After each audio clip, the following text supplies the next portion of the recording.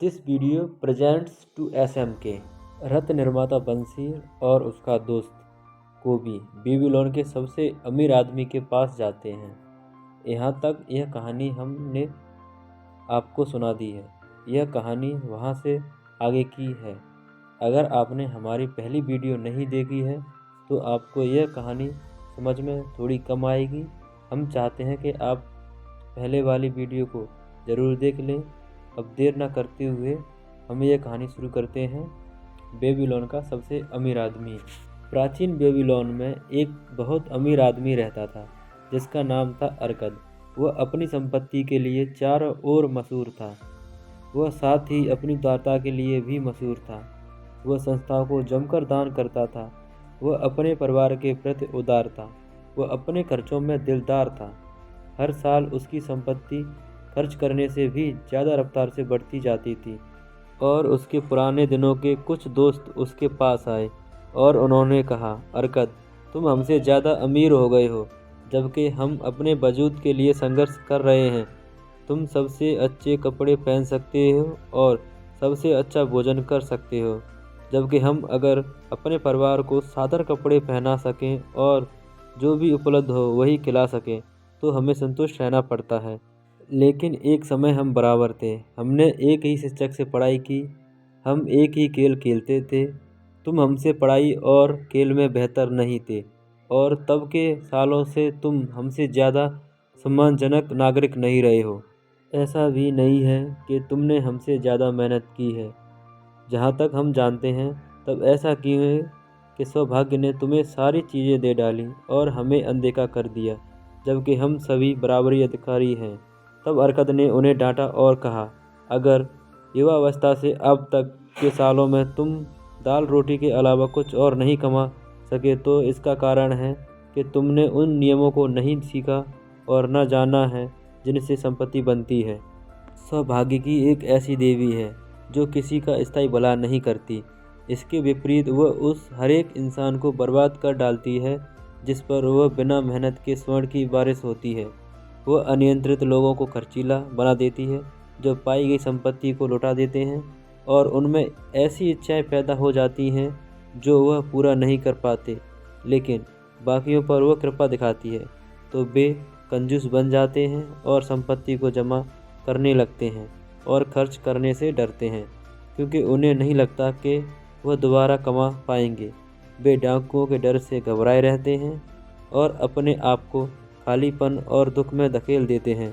कुछ ऐसे भी हैं जो बिना कमाए स्वर्ण को लेते हैं, इसमें संपत्ति जोड़ते हैं और खुश एवं संतुष्ट नागरिक के रूप में जीवन गुजार देते हैं, लेकिन ऐसे बहुत कम हैं। मैंने उनके बारे में सिर्फ सुना है। उन लोगों के बारे में सोचो जिन्होंने अचानक बहुत संपत्ति मिली है और देखो कि मेरी बात सही है या नहीं। उसके दोस्तों ने माना कि उनकी जानकारी में जिन लोगों को संपत्ति विरासत में मिली है उनके बारे में यह बातें सही हैं और उन्होंने उनसे पूछा कि वे लोग कैसे इतनी संपत्ति के मालिक बन गए। इसलिए उसने बताया, अपनी जवानी में मैंने खुद की ओर देखा और उन चीज़ों पर ध्यान दिया जो मुझे खुशी और संतुष्टि देने वाले थे और मैंने पाया कि संपत्ति से इन चीज़ों की शक्ति बढ़ती जाती है। धन एक शक्ति है। धन से कई चीज़ें संभव हो जाती हैं। इंसान अपने घर को सबसे महंगी चीज़ों से सजा सकता है। इंसान दूर समुद्रों की यात्रा कर सकता है। इंसान दूर देश के भोजन का आनंद ले सकता है, नए आभूषण पहन सकता है। इंसान देवताओं के लिए बड़े बड़े मंदिर बना सकता है। इंसान वे सारी चीज़ें और कई अन्य चीज़ें कर सकता है जिनसे इंद्रियों को सुख मिलता है और आत्मा को संतुष्टि मिलती है। और जब मैंने यह सब महसूस किया, मैंने यह निर्णय लिया कि मैं ज़िंदगी की सारी अच्छी चीज़ों का आनंद लेना चाहूँगा। मैं वो इंसान नहीं बनूँगा जो दूर रहकर चीज़ों को देखते हैं और दूसरों को चीज़ों का आनंद लेने देते हैं। मैं सबसे सस्ते कपड़े नहीं पहनूँगा जिनमें मैं सम्मानीय न दिखूँ। मैं एक गरीब इंसान की चीज़ों से संतुष्ट नहीं होऊंगा।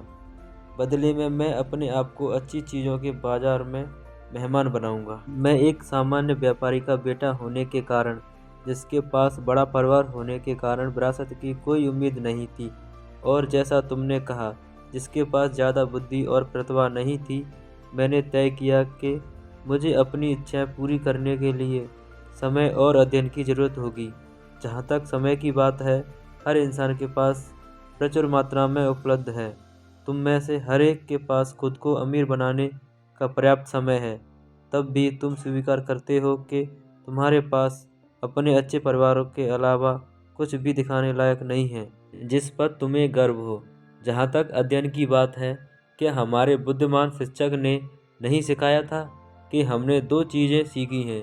पहली वे चीज़ें जिन्हें हमने सीखा है और जिन्हें हम जानते हैं। दूसरा वह प्रशिक्षण जिसने हमें सिखाया है कि हम उन चीज़ों को कैसे खोजें जिन्हें हम नहीं जानते हैं। इसलिए मैंने तय किया कि संपत्ति अर्जित करने का तरीका सीखूंगा और उसे सीखने के बाद उसे मैं अच्छी तरह आजमाऊंगा। क्या यह समझदारी नहीं है कि हम सूरज की रोशनी में चीज़ों का आनंद लें जब तक वह है, क्योंकि जब हम आत्माओं की दुनिया के लिए प्रस्थान करेंगे तब दुख तो आ ही जाएंगे। मुझे रिकॉर्ड्स के हॉल में स्क्राइब का काम मिला और हर दिन मैं घंटों मिट्टी के टेबलेट पर मेहनत करता। हफ्ते दर हफ्ते, महीने दर महीने मैंने मेहनत की, तब भी मेरी आमदनी नहीं बढ़ी। भोजन, कपड़े और ईश्वर के लिए दान और बाकी चीज़ों मेरी आमदनी को खा जाती थीं, लेकिन मेरे संकल्प ने मेरा साथ नहीं छोड़ा। और एक दिन अल्केमिस्ट, जो पैसे उधार देता था, शहर के मालिक के घर आया और उसने 9वें नियम की कॉपी ऑर्डर की और उसने मुझसे कहा, मुझे यह 2 दिनों में चाहिए। अगर यह काम पूरा समय पर हो गया तो मैं तुम्हें तांबे के 2 सिक्के दूंगा। इसलिए मैंने मेहनत की, लेकिन वह नियम लंबा था और जब अल्केमिस्ट लौटा तब तक काम अधूरा था। वो गुस्से में था और मैं उसका गुलाम था।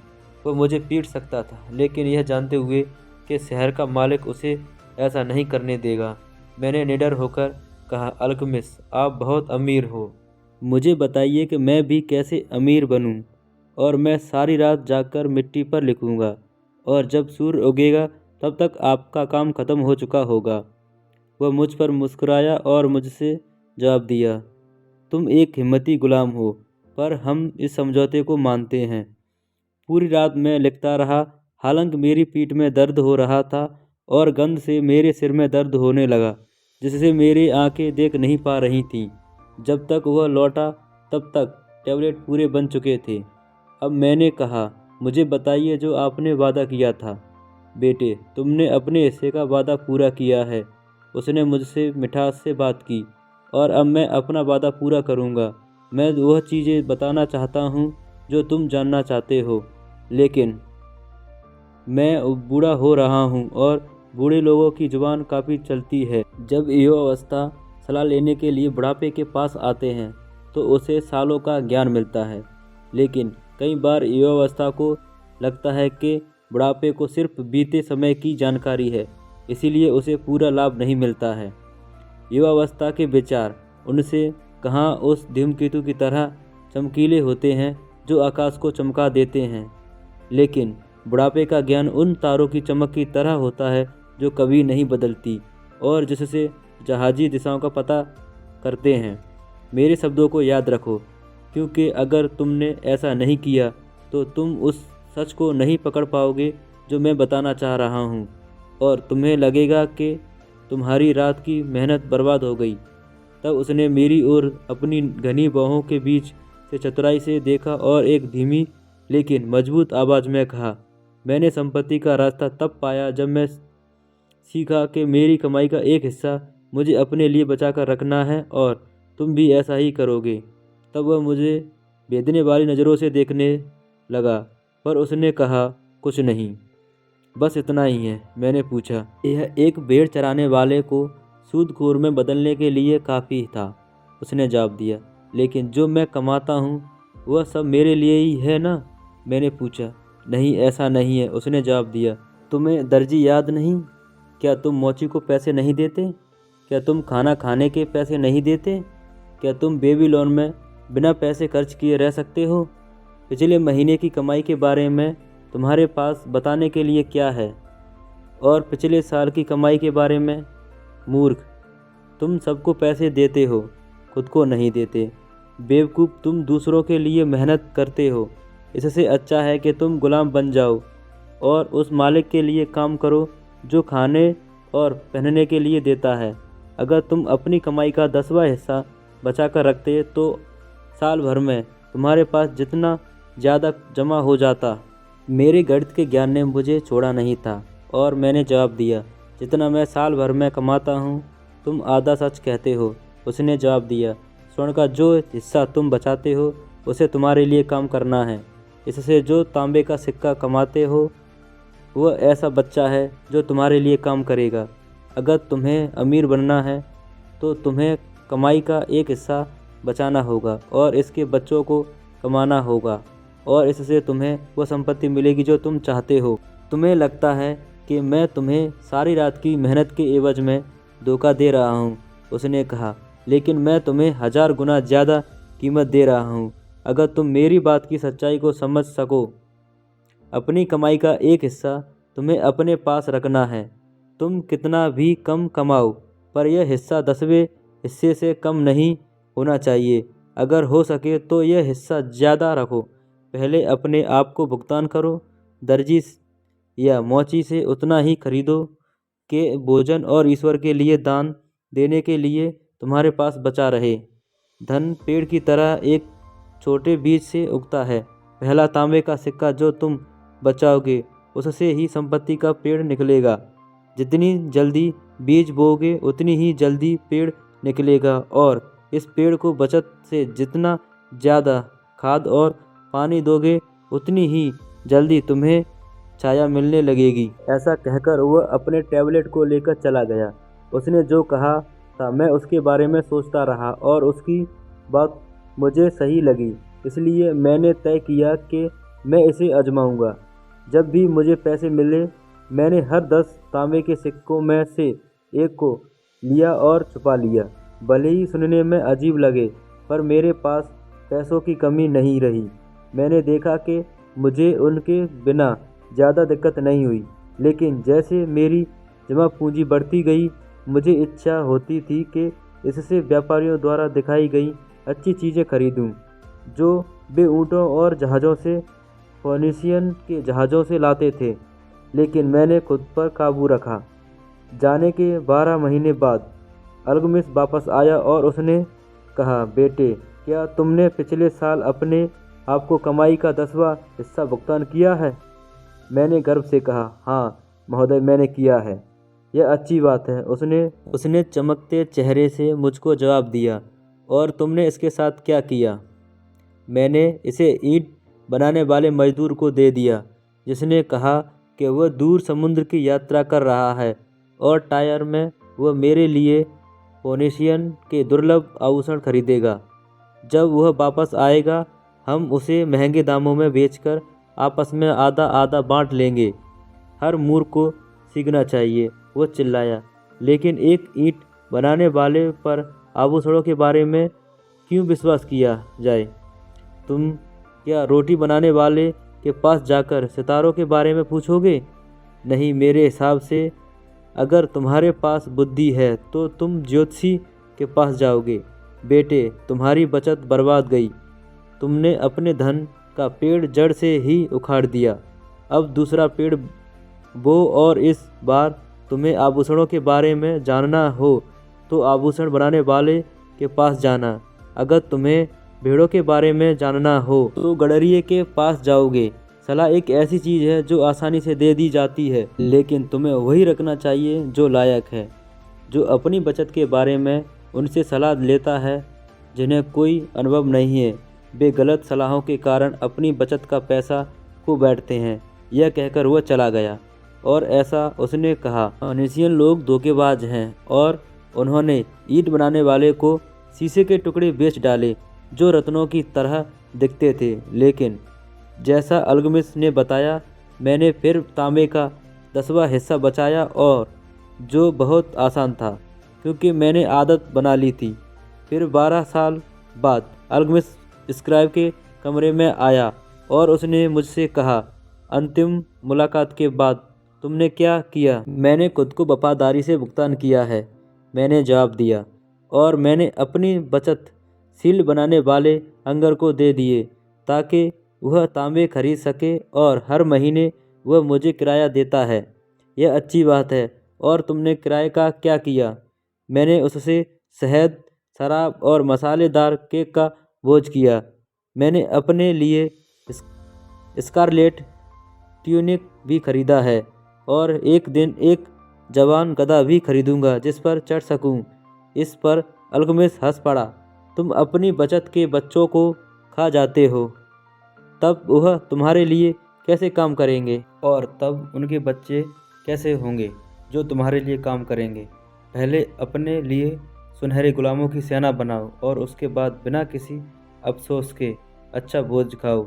यह कहकर वह चला गया। उसके बाद मैंने उसे 2 सालों के लिए नहीं देखा।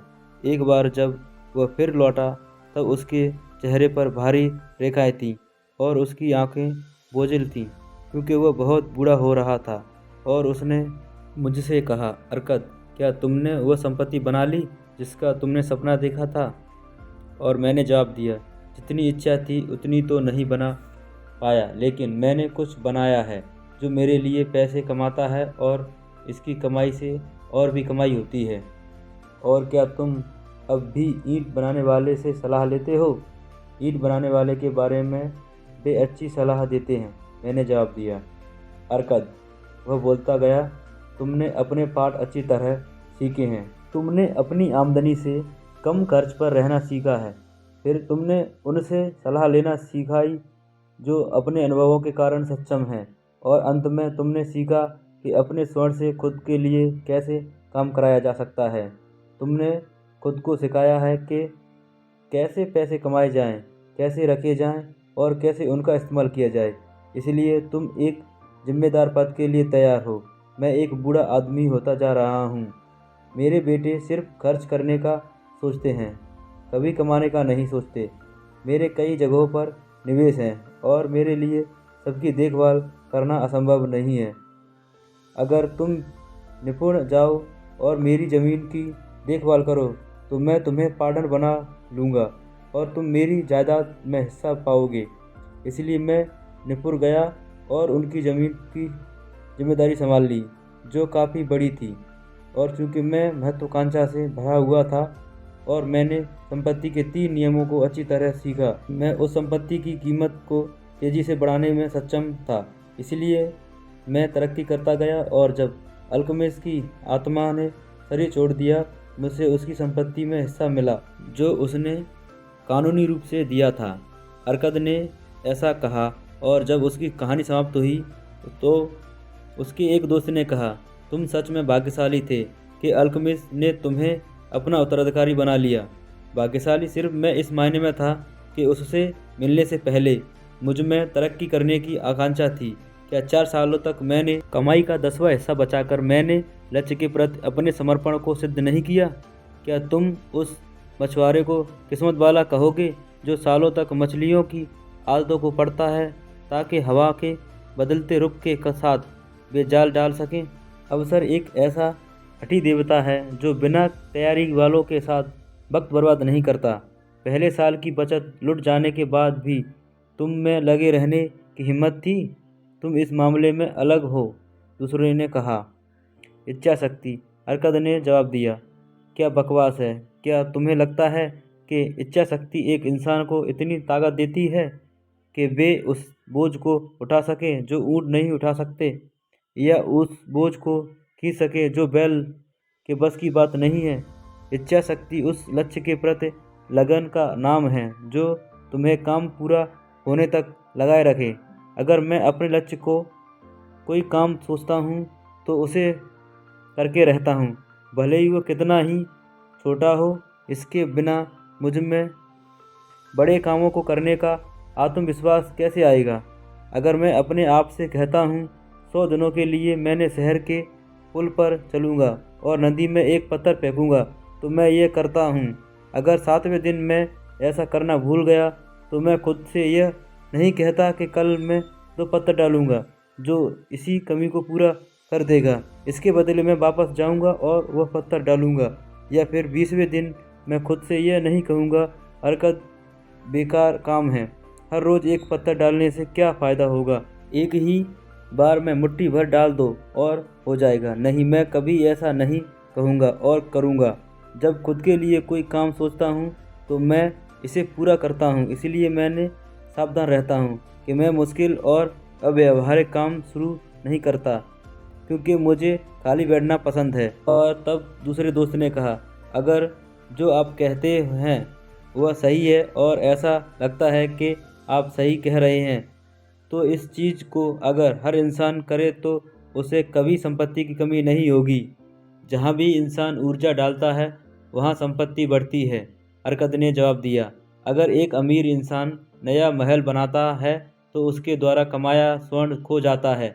नहीं, ईंट बनाने वाले का इसमें हिस्सा होता है और मजदूर का इसमें हिस्सा होता है और कलाकार का इसमें हिस्सा होता है और इस घर पर मेहनत करने वाले हर इंसान का इसमें हिस्सा होता है।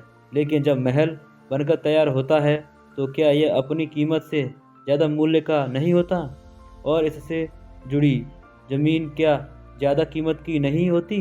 संपत्ति जादुई तरीके से बढ़ती है, कोई इंसान इसकी सीमा नहीं आंक सकता। क्या फोनिशियन लोगों ने बंजर धरती पर उस पैसे से महान शहर नहीं बनाया जो समुद्र पर होने वाले व्यापार से आते हैं? तब आप हमें क्या सलाह देते हैं जिससे हम भी अमीर बन जाएं? उसके एक और दोस्त ने कहा, साल गुजर गए हैं और हम उतने युवा नहीं रहे और हमारे पास कुछ भी नहीं बचा। मैं सलाह देता हूँ कि तुम अल्केमिस्ट की सलाह मानो और खुद से कहो, मेरी आमदनी का एक हिस्सा मेरे लिए है।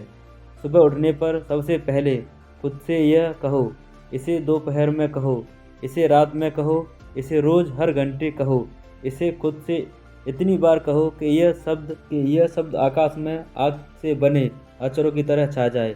अपने आप में यह आइडिया अच्छी तरह डाल लो, अपने आप को इस विचार में भर दो, फिर जो भी हिस्सा सही लगे वह ले लो।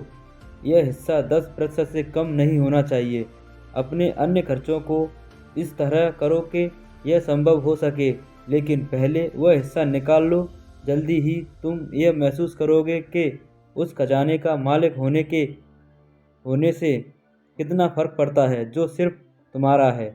जैसे जैसे यह बढ़ेगा यह तुम्हें आनंदित करेगा, जीवन का नया जोश तुम में भर जाएगा।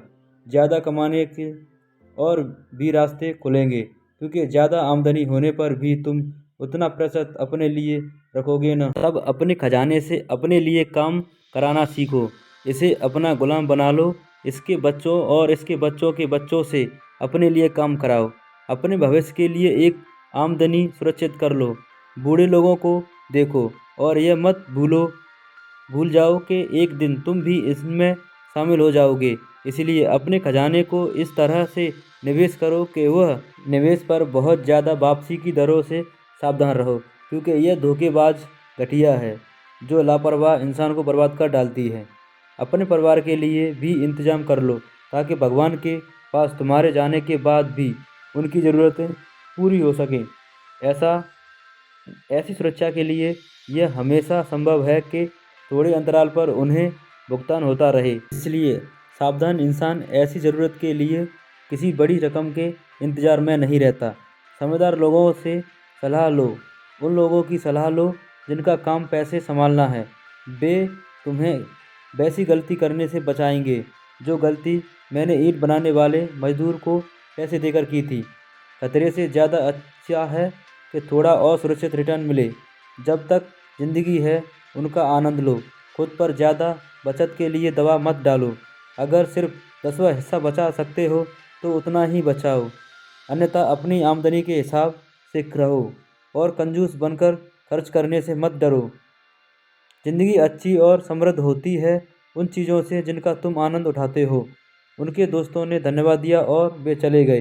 कुछ शांत थे क्योंकि उनके पास कल्पना शक्ति नहीं थी और वे समझ नहीं सकते थे।